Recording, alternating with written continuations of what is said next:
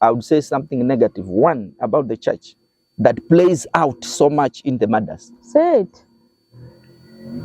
There is what is known in Kenya and is so dominant in the coast, Waombezi thing. Waombezi. These Waombezi have contributed so greatly actually in the murders. Wow. They would actually go into a compound and they will start doing their rituals, and they will say, this person is a witch, this person is a witch, this person is a witch. And after they are finished, that person will be killed. Oh my God. Na ni watu wa kanisa? I want you to know something. This thing called Waombezi, by the way, in English, is divination.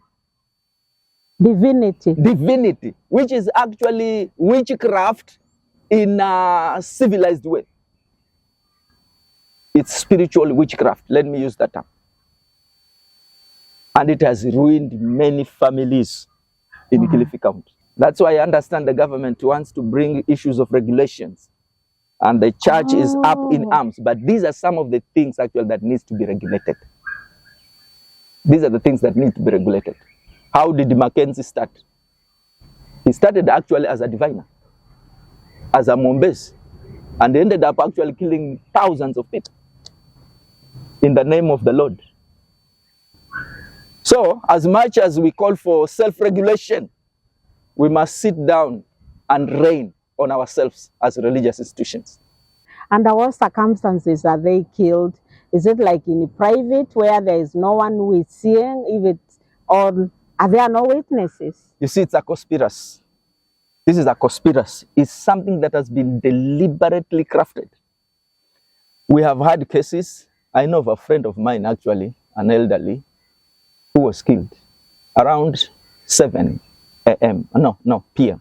In the evening. In the evening. By family members? Yes, by his children.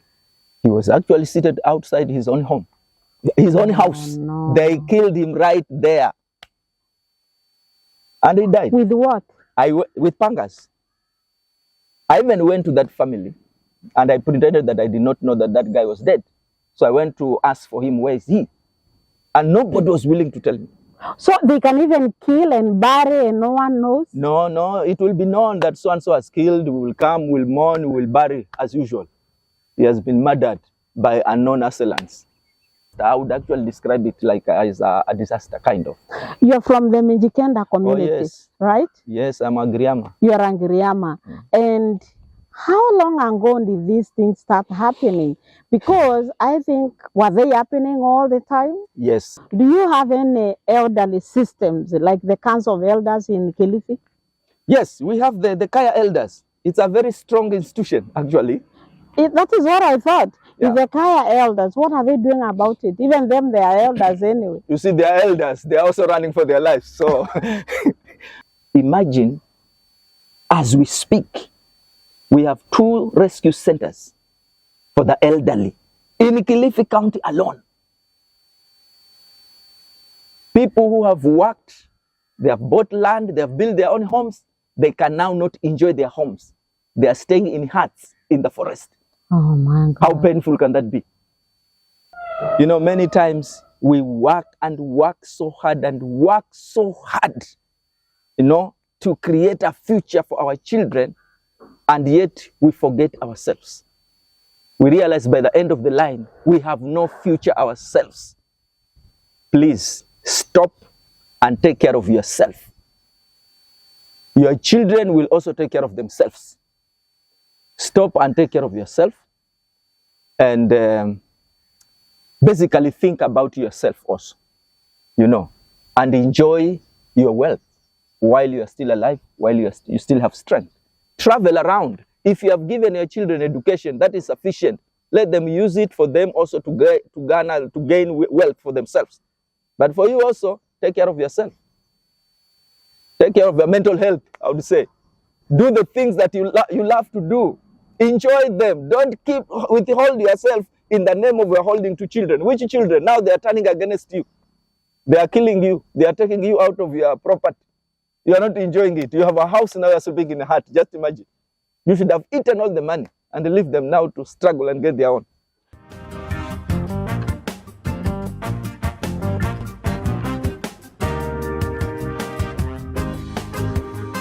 viewers, and welcome to Mworia Network. Once again, we are on it today at the coast, at the county of Kilifi.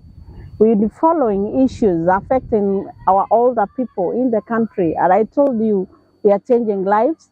We are in 47 counties today. We are in Kilifi County, and I'm visiting a church reverend in the Church of the Bible Way Ministries, Kilifi. We are actually at the church compound. With us, we have a guest who is a student currently at the University of Pwani University doing masters in religious matters, and also has an engagement with the older persons in Kilifi. All of us, we know what has been happening here, but the Reverend is going to tell us about it. Hello, Reverend, how are you? Fine, thank you. Yes, thank you for hosting us here today. Karibu sana. And we'll give you the opportunity now of introducing yourself and tell our viewers who you are and how did we happen to be here. All right. Yes. Thank you very much, Honorable Lucy. It is actually my great pleasure to be in this platform today, to be able to contribute just the little that I have concerning our aging population. My name's Reverend James B.D. Katana, and I am actually the senior pastor of the Bible Way Ministries Kilifi, but also a student. I am also a student at Pwani University, doing masters in arts and religious studies. Yeah, so that is my background. So karibuni sana. Asante sana, Reverend BD. We are here actually courtesy of one of your members. Yes. And as we were walking around asking questions on issues pertaining older persons, one of your very committed member said you must talk to our pastor who is doing something about it. He's on his studies. I think also this is one of your units at the university. And you already told me you have started a ministry on senior citizens. Yes. Congratulations. Thank you. And thank you so much. Anyone who is doing anything towards improving the life of an older person in Kenya is my friend. So you're my new friend. All right. So, Reverend, can you tell us what is the situation of the older senior citizens in Kilifi? Kenyans have been hearing all sorts of things, including myself. I've seen, I've witnessed, but now today that we are here with you in the middle of Kilifi where these things are happening, what's going on here? Well, truly speaking, things have changed, and they have changed for the worse concerning the welfare and the well-being of the elderly, particularly in Kilifi County. The situation of the elderly in Kilifi County is saddening. I've told you that I'm a student, and I've actually been doing research on the same subject. Yes. Especially the issue of murdering our elderly persons in Kilifi. It really moved me a lot, and I really wanted to get to know exactly what is really happening. But in the ground, things are really bad. Things are different. Things are bad. So many elders have died in our country. And in my findings, I realized actually the murders, the violence meted against the elderly is actually conducted by family members. Wow. That was very shocking. By family members. And I really honestly wanted to know how and why, especially the why, the factors that really trigger these things. When you say family members, you know, they are extended family members, they're the closest unit members. Who are these family members? Is it neighbors or? No. It's not neighbors. Like children? I am talking of children. Wives and husbands? Yeah. Wife. In fact, we have so many examples of a wife conspiring together with his sons to eliminate the husband. Yeah? For what gain? The land, properties. And so the sad thing, after the old man has been eliminated, they will just sell the land. All right? So will they not eliminate the woman after? Well, it depends. She's also old. It depends. It depends.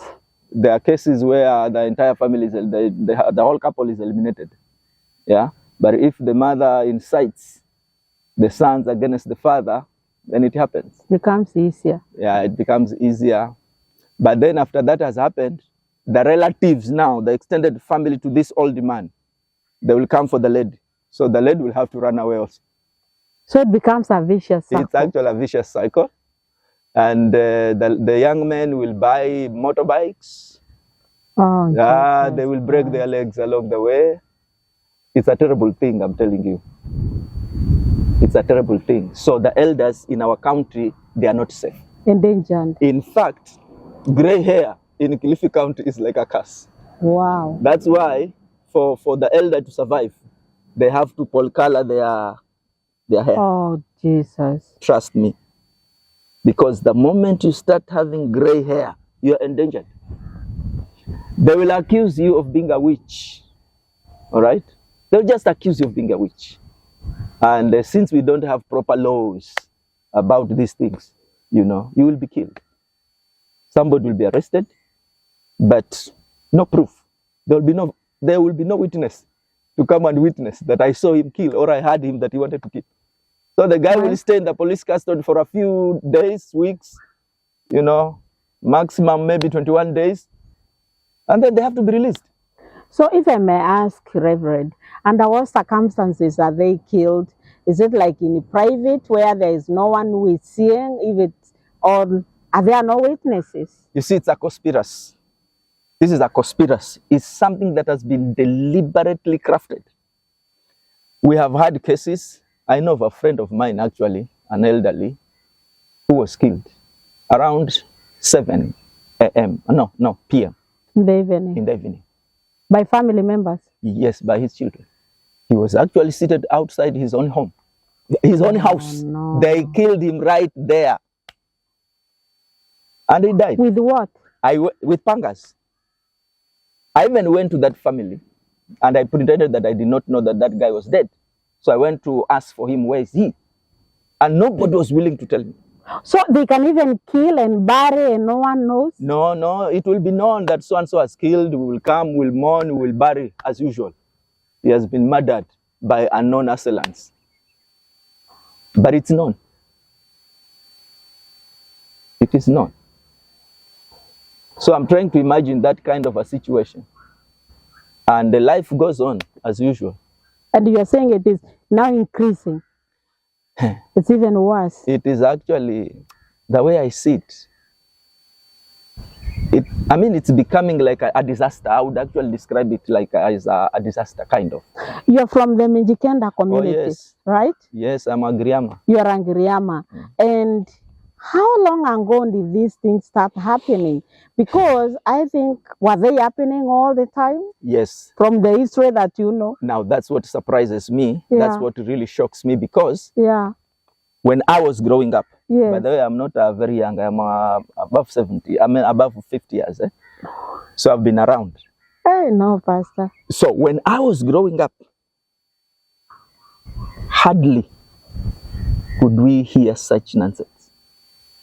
You know, the elders actually, the elderly people were treasured. They were actually like a treasure, you know. They were being taken care of by the whole family. It was actually a pleasure to take care of an elderly person. It was a honorable thing. It was like kind of, a vocation.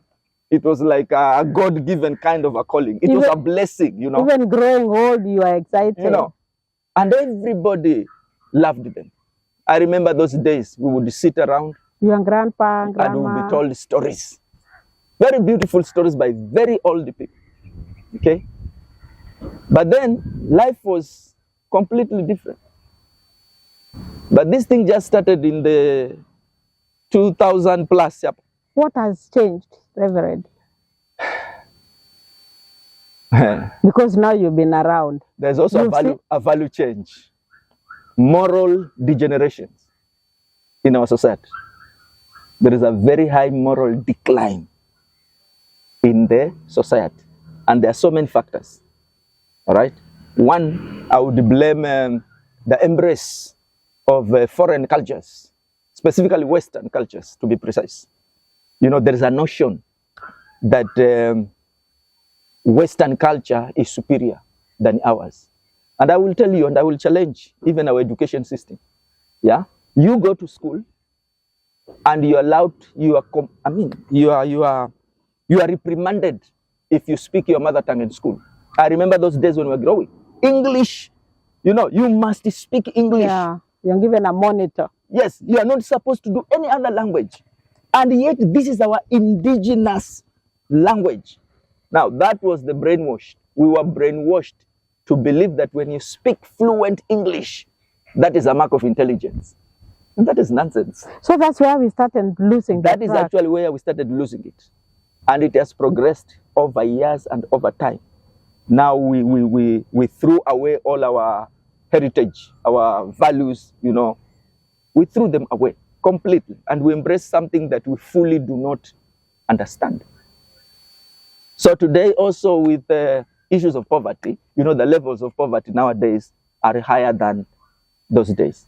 Because in those days when we were growing up, we would all go to the farm, we would farm, and would still get quite a lot of products. There was food for everyone. Yeah. But nowadays things have changed. Seriously, things have changed. I hear something called global warming, and you know, those things, climate change, they're affecting us so badly. And then we till the land, we get nothing. And also we were told that those, you know, those traditional foods, seeds, those are inferior. You need to embrace modernized seeds. Those are the ones that have killed our land. The GMOs. Yes, all those things actually they're affecting us. Globally, we are having a problem. So in Kilifi, because of the level of poverty now, there is no food, nothing. So young people feel that the only way that they can survive is to sell the ancestral land. And lack of employment, of course. Of course, lack of employment is also a big factor in our country. Even drugs also is another factor that maybe we'll discuss it. So they will eliminate the elderly, and then they sell the land and buy a motorbike, at least to make easy money. In a day you can make 300, and life goes on. But at what cost? The cost of the older people. Yes. Do these young people think also they will grow old or they will live young forever? That's the deception now of being young. You know, when you're young, you imagine that you remain like that the rest of your life. But what we do not know, one day we will also be old and will be hunted the way we are hunting the elder. So it's a vicious cycle. It's kind of a curse that will keep on recycling until probably everybody is down. So as a reverend and also an opinion shaper in this county, and especially in the religious sector, what do you think the role of the church should be? You think the church has a role to play? Yes, actually the church has a very big role to play. The church has a very big role because the church is everywhere, up to the grassroots levels. You will find a church there. Actually, let's say religious institutions. Yes, religious institutions. They play a very key role in this matter. And in my research and my finding, I actually discovered that the church play a role, a mediation role. You know, I was interviewing one pastor and he was telling me the moment you hear a rumor, because sometimes it begins with a rumor first. A rumor. Yes, that so-and-so is a witch. So what the church does, immediately they come in to mediate the two families to get to find out. They have rescued some actually. They have changed the situation, and in some cases they have failed.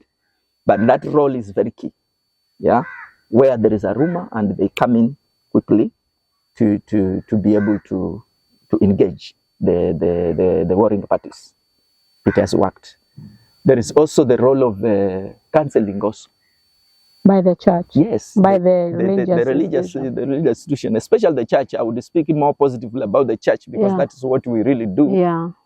We also offer counseling and also create awareness, creating a serious awareness that old age is not a curse. How do you do that? You see, the church, we have so many forums through seminars, you know, we gather through seminars. Even during these functions like burials, whenever you get an opportunity in a burial, because there are so many people that are there, then you say something. Sometimes even through our preachings, our teachings in our churches, we take time actually to teach, try to show how valuable, you know, an elder person is to a society. You see, they're the custodian. I think even the Bible says even respect to your parents. Yes, so that you may live long. I think that the only commandment that as a reward. You're here. Yeah. There is another Nigerian proverb that say, an old man seated sees far than a young man on top of a tree. That's how valuable actually the elders are in our society. In the African context. And everybody must embrace them, must value them and take care of them. So the church intervenes, and also we do some what we call advocacy kind of. You know, sometimes we report these matters to the government institutions. We report these cases because we are at the grassroots. We hear these things. Some of these people are our members. You know, they are members. So imagine you have children whose their father has been killed in the name of a witch. Yeah. You can imagine that stigma. So as a pastor, if I may ask, Pastor. Yes. Because you've been around and this is Kilifi and you're also Mijikenda, how would you prove someone is a witch? What will they do for them to be suspected now they are a witch? What would make me, besides the gray hair, because the gray hair is a lame excuse, what would they have done for them to be, this is witch? Because actually I can't tell with the definition of a witch. Yeah. Number one, I began by telling you this is a conspiracy. It is actually a conspiracy for wealth and witchcraft. That's how I would actually describe it. So what they do, they will just claim. Umefanya nini? They will say, he bewitches my children. That's the claim. He bewitched my children. That's all. Just saying. And then the rumor will just fly. The way Mutuse just claimed. About Gachagua. And conspiracyly, Gachagua was gone. That's a good example. So you just allege that he's a witch. And that's all. So because it's a conspiracy, you don't need to prove anything. But traditionally, in the traditional way, there were actually ways to prove that somebody, whether he's truly a witch. They are also given a chance to defend themselves. And they used to do something. My senior there would tell you there's something called kiraho. They take you to a place where it's kiraho. Whereas a village, what do we call it? It's an oath. Yes, you actually you're taken through an oath. And if you are truly a witch, then you will be caught. Okay, that's the traditional way. Do they give a chance anymore? This is a conspiracy, so they will not go to that length. They will just allege, and before you know it, somebody's dead. And that is it. The next day, they are subdividing the land. And that Kirago, do you have any elderly systems, like the Council of Elders in Kilifi? Yes, we have the Kaya Elders. It's a very strong institution, actually.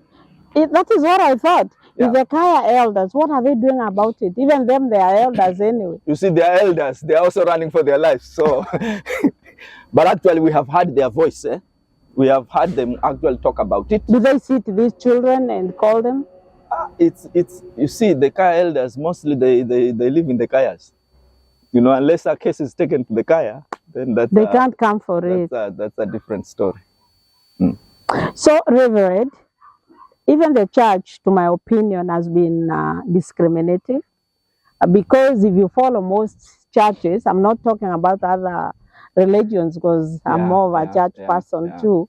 You go to church, there are different ministries. You know, when you have these ministries in the church, they take care of that group, particular group. Yes. We have children's ministry, we have youth ministry, we have women ministry, we have men ministry. And all these people we are talking about, these are strong people, and they must be below actually 60 years. Yeah.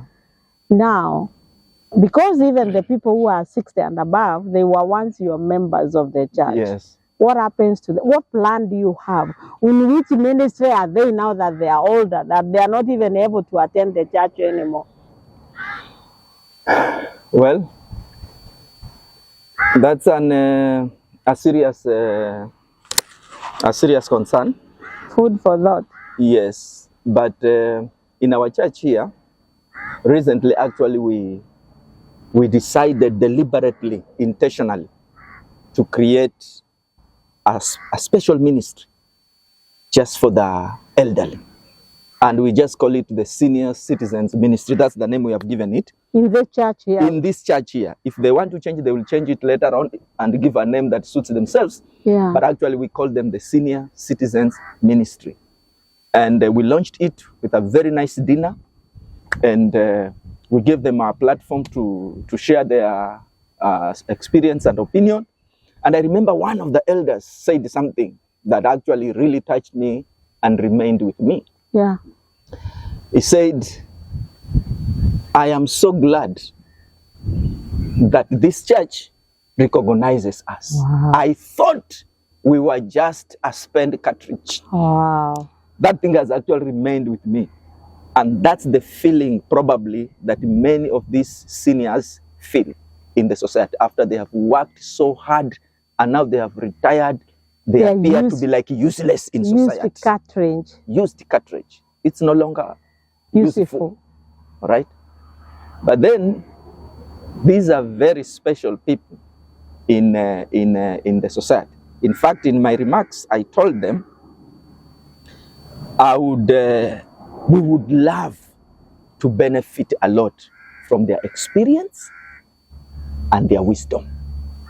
There are certain things actually we will do right if we would consult them. Very true. Yeah? Very true. Other than going the way we go and pay a huge price. So I asked them to be helping us. In fact, what I asked them also in particular, you see, we have many challenges in marriages today. And some of these wazee, they have seen it all.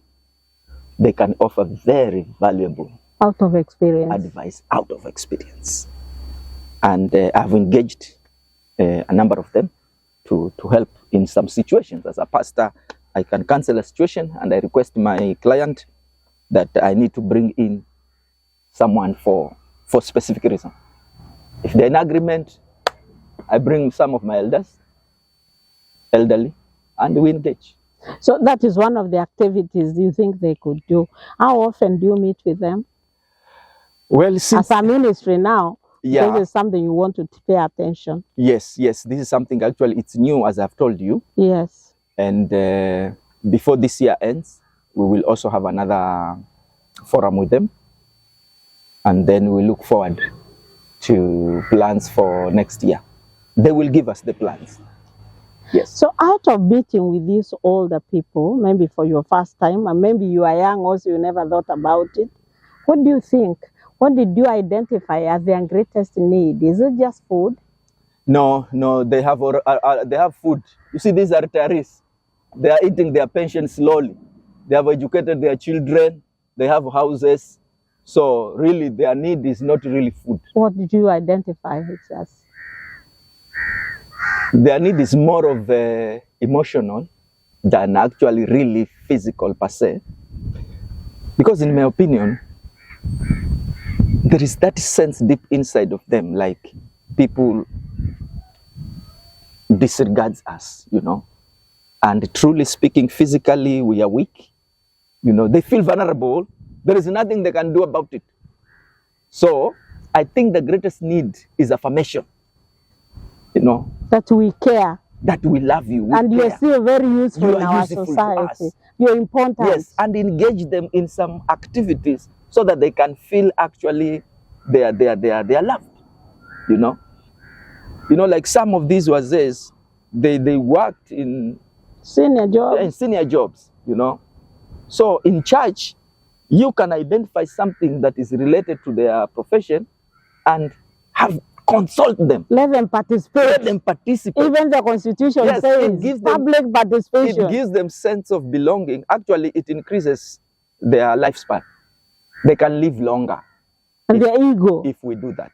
But if we allow them to stay in loneliness and in obscurity, they will despair. How about even them coming together, even sharing themselves, their older stories, when we were in school, when we raised children, all these things. Yeah. Don't you think that is be a mile for them? That is good for them. Yeah. That is very good for them. That's why we want them. We told them they can run this thing now by themselves. You know, come together, just share their experiences, share their struggles with their children also at that age. Or the positive things. Yeah, or positive things that can inspire another person there. Yes, yes. And keep them alive. Even in the church. Of course, yes. Yeah. Yeah. So now that before we wind up, there's something we are calling SHA from NHIF. I don't know how much or where you are, but definitely I know this is something which is affecting the older people. In the sense that actually when we talk about lifestyle diseases or these diseases, actually they rarely, barely affect the younger people. Yeah. Even it's very weird that in our government, when you retire is when your insurance is withdrawn. I don't know even how many times a young person is even sick, how many times they even use the NHIF. I have met people right now who are on dialysis 3 times a week. And if you go to a private hospital, dialysis is 9,500 per session. Yeah. We imagine that poor person who is retired, who has been diabetic, has been on dialysis and been on all these blood pressure things, all these diseases. And now you have to pay more than 30,000 per week. And you have no income and maybe no one to help you.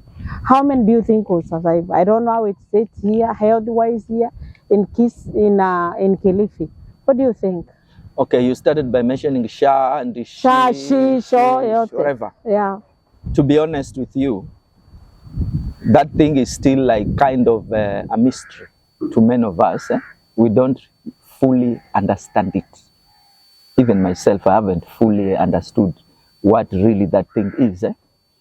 And this is, you are someone who has a crowd of people every Sunday, yes, who should be having 5 to 10 minutes to give information, yes, to them about registration, what is what. Right now you have no information. I personally have not fully registered. I tried to register and I registered halfway and the system could not work.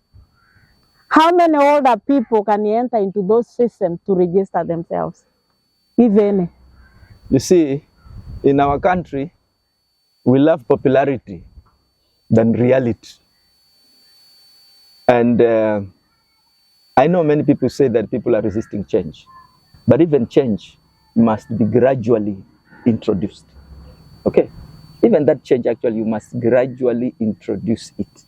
You don't just bring 100%, 360 degrees change. People will collapse. You'll break the system. You'll actually break the system. And that is what is happening with the SHA and the SHIFT thing. I would honestly advise my government, that I love, of course, because every government is your government. Is my government. If it is undivisible. I would honestly advise that, honestly speaking, we need to do things progressively. We have too much in our plate at the same time. At the same time. And that's what is causing problems. It's working, then let's move to the next thing. You cannot be doing everything here and there at the same time. And you expect Kenyans to be happy about it. We are not. I'm not happy. So the elderly are suffering, let's be honest. If you are not able to finish the registration of SHA and you are able to understand, how about that older person out there who actually needs those medication more than you do? More than the young people. Yeah. I have read and I've seen that serious governments, okay, they take care of their elderly, especially the issue of health is taken care of seriously. They have insurance for elderly people as a mandatory. Yeah, there are some Canadians who used to work here as missionaries, you know, and they were being covered by their government. So when their time to retire came, they didn't want to leave this place. They had fallen in love with this place. I know for one, we had given her an Agriama name here, that lady, and she didn't want to leave. She had completely become a Kenyan. But his government told her, because you have retired, if you don't leave and come back home, we will no longer offer the insurance. So the insurance will be active if you come back home, and we are taking care of you at home. And so they had to go back home because they will be taken care of until they die. But in Kenya, you retire at your own peril. That's why many people actually die within the first 5 years of their retirement because of the shocker. It's a whole new world that you are not prepared for. Wow. That is the wisdom from Reverend VD. Reverend, you are young, but you know so many things. So, Reverend, if you were to look at that camera out there, yes, and talk to the religious institutions in Kilifi about the issues affecting the older people here, now that you're doing studies on it, you have started a ministry in it, you have met with the older people themselves, and I can see actually you are very concerned. What would you tell them, religious institutions?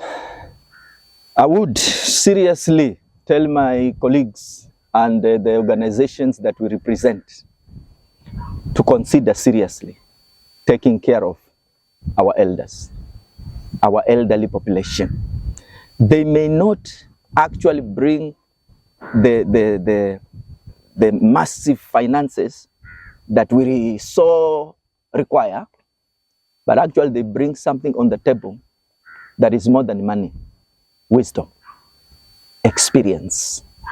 Yeah, and in any case, actually the Bible is clear about that you respect and honor your parents, and then it will go well with you. Even in our church organizations and religious organizations, if we take care of the elderly, it will go well with us. Otherwise, if we don't do that, slowly by slowly, we will be destroyed by our own actions. And I would appeal actually to our religious institutions to collaborate with non-governmental institutions, NGOs, and the government. These three, basically my collaboration should be the religious organization, plus the community itself, because the community must be engaged. Yeah. If we want to address actually the issue of the murdering of the elderly, the community itself must be engaged. There has to be a mental shift. Yeah, and that requires a lot of education. And that's where I think the religious institutions, they are the ones who are constantly meeting with the community. They have a huge role to play, even than the NGOs. You meet a larger crowd every Sunday or every Friday, you are meeting with them. I agree with you. What message do you have for that crowd in the community out there? I agree with you. That is what our ministers, our reverends, our imams, they are supposed to know. They have a huge, they are the community. Yes. Even before we wait for NGOs, Action Aid, whoever to come and meet a small group of people, let us be self-reliant by taking care of our own people. Let's engage. Let's engage with people in a meaningful way. Yes. In a very meaningful way. Yes. If you allow me, I would say something negative. One, about the church that plays out so much in the murders. Say it. There is what is known in Kenya and is so dominant in the coast, Waombezi thing. Waombezi. These Waombezi have contributed so greatly actually in the murders. Wow. They would actually go into a compound and they will start doing their rituals, and they will say, this person is a witch, this person is a witch, this person is a witch. And after they are finished, that person will be killed. Oh my God. Na ni watu wa kanisa? I want you to know something. This thing called Waombezi, by the way, in English, is divination. Divinity. Divinity, which is actually witchcraft in a civilized way. It's spiritual witchcraft. Let me use that term. And it has ruined many families in Kilifi County. And they are paid to see that divinity. I don't know about that section. It is business. I don't know about that section, but I understand they receive some offerings for them to offer their services. To offer their services. So that is one area the religious must really reign. That's why I understand the government wants to bring issues of regulations, and the church is up in arms. But these are some of the things actually that needs to be regulated. These are the things that need to be regulated. How did Mackenzie start? He started actually as a diviner, as a Mwombezi, and ended up actually killing thousands of people in the name of the Lord. So, as much as we call for self-regulation, we must sit down and reign on ourselves as religious institutions. So we must correct this situation. So, yeah, basically that's what I would say to my colleagues.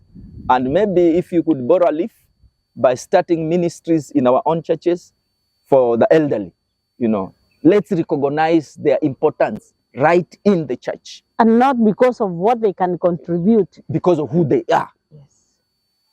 Because of who they are, the value they bring. But then more importantly, we will also get old one day and would want to be treated well, isn't it? And the Bible says, whatever you want other people to do to you, do to others as well. Yeah. So if we do to them good, it will be done to us as well. If we do bad, bad will also follow. It is a cycle. But we can change it today. As we wind up, Reverend, there's somewhere in the beginning you said about these people, the killers, when they go to, they're arrested. They just go make a maktab there and come out back again to the society and continue killing more people. Yes. What would you tell the government or the lawmakers about that? Yes, this is a very serious issue because we have not actually seen any conviction that has come as a result of these murders. People are arrested, yes, but then those cases don't go anywhere because there is no proper legislation on issues that surrounds this conspiracy of witchcraft. So we are all Africans, and for sure we know that witchcraft does exist. Even the Bible acknowledges that witchcraft does exist. Now, because of that, then Parliament must come up with laws that are helpful. You know, some of the laws that we have are Western. You know, Western. We need laws. Customized to our problems. Yes, that solve real problems. That solve real problems. Even our education system should be in a way that actually is in touch with reality. You know? Homemade problems with homemade solutions. So that's how our education should look like. Why should you force me to speak English and abandon my mother tongue?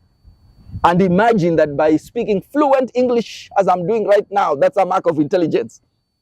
Why is Mzungu That's not madness. speaking Kingiriama? Why are Zungus are not speaking Giriama? Yeah, why? Why are they not speaking Swahili? Huh? We need to change. There has to be a paradigm shift. And mindset. Mindset. There has to be a change. Wow. And we must legislate. Actually, Wow. the issue of legislation, Mheshimiwa, Yes. you must push it so strongly. There has to be proper legislation if we are going to save the Wazes. Imagine, as we speak, we have 2 rescue centers for the elderly in Kilifi County alone. People who have worked, they have bought land, they have built their own homes, they can now not enjoy their homes. They are staying in huts in the forest. Oh my God. How painful can that be? Very disgusting. No, this is a serious thing. And I would call upon my governor, who is also my brother, to look into this matter seriously in Kilifi. It's not a small matter. Yeah? Wow. It's not a small matter. It is bringing a curse to the land. You know, the Bible says the blood of the innocent that cries from the ground. It is cries for justice. And in part, actually, the ground withheld its strength. So you will till the land and you'll get nothing because justice has not been served. And Reverend, as you conclude, is there anything you will tell to the victims themselves? Those are the older people, then directly affected. What would they do? Should they find themselves in such a situation before it worsens and the churches are there? What do you tell them they should do? This comment is general to all elderly people In Kenya. in Kenya. You know, many times we work and work so hard and work so hard, you know, to create a future for our children, and yet we forget ourselves. We realize by the end of the line, we have no future ourselves. Please stop and take care of yourself. Your children will also take care of themselves. Stop and take care of yourself. And basically think about yourself also, you know, and enjoy your wealth while you are still alive, while you still have strength. Travel around. If you have given your children education, that is sufficient. Let them use it for them also to gain wealth for themselves. But for you also, take care of yourself. Take care of your mental health, I would say. Do the things that you love to do. Enjoy them. Don't withhold yourself in the name of your holding to children. Which children? Now they are turning against you. They are killing you. They are taking you out of your property. You are not enjoying it. You have a house, now you are sleeping in a hut. Just imagine. You should have eaten all the money and leave them now to struggle and get their own. Anyway, what I'm saying, take care of yourself. Even as you work towards building a future for your own children, think of yourself as well. What future do you have yourself? After you are old, you are retired, how will you take care of yourself?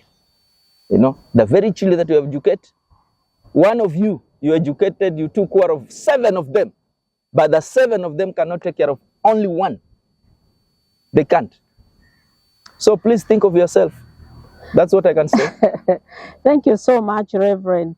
Thank you. Thank you. We are going to continue with this. We will also be meeting as we visit those homes where they are. But for today, thank you so much. God bless you. Thank you very much. Thank you. Thank you. It was a great pleasure. For that information. Viewers, we have always told you in this channel, we give information, we educate, and we inspire. Thank you for following us. Thank you for subscribing. Thank you for being part of this big mission of rescuing our older people. Please continue watching, viewing, and sharing so that more people can get the information. God bless you.